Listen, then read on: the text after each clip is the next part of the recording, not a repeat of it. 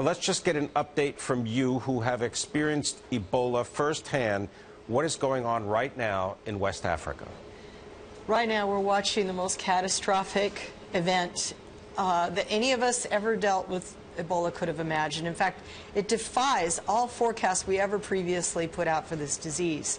And if today's announcement from our Centers for Disease Control forecasting where this could actually end up holds true, it will be the single largest mass casualty event of recent time.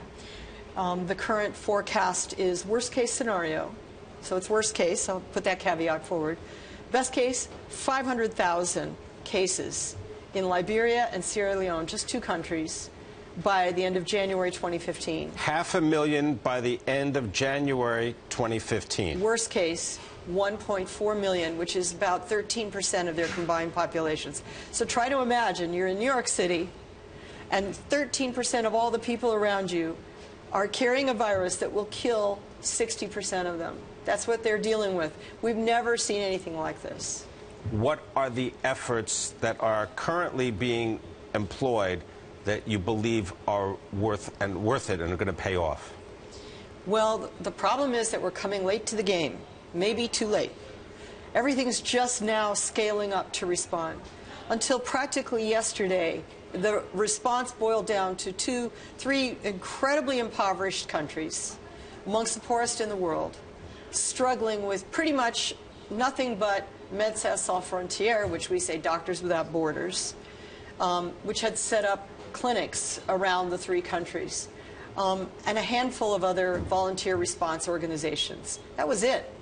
Then President Obama made his announcement last week, and also $750 million in funding and U.S. personnel. 3,000 military responders plus other U.S. Civilian personnel. And the Security Council passed a resolution last Thursday at the United Nations that had more sign-on than any act ever passed in the history of the United Nations since 1948. So more than 130 nations agreed to a resolution declaring this a global catastrophic threat, requiring that scale of response. But now the problem is, everybody's suddenly revving up, but this virus is, what we have is a situation where the virus is escalating at this pace, exponential growth every 10 to 20 days. And the response is going up at this pace. Put the two graphs on overlay and you see failure. Unless we can radically rev up and at a pace where every institution that is responding, whether it's a government institution, a private institution, a religious organization, a philanthropic group, I don't care. They have to all respond at a pace that in the history of their organization, they have never mobilized at that pace before.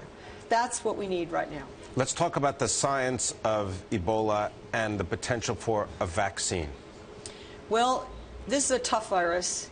It specifically attaches to receptors that sit on your blood vessels and blood veins, makes little micro holes, and the fluids from your blood begin to drain out and you hemorrhage internally, and eventually externally as well, from your eyes, your nose, your ears, and so on.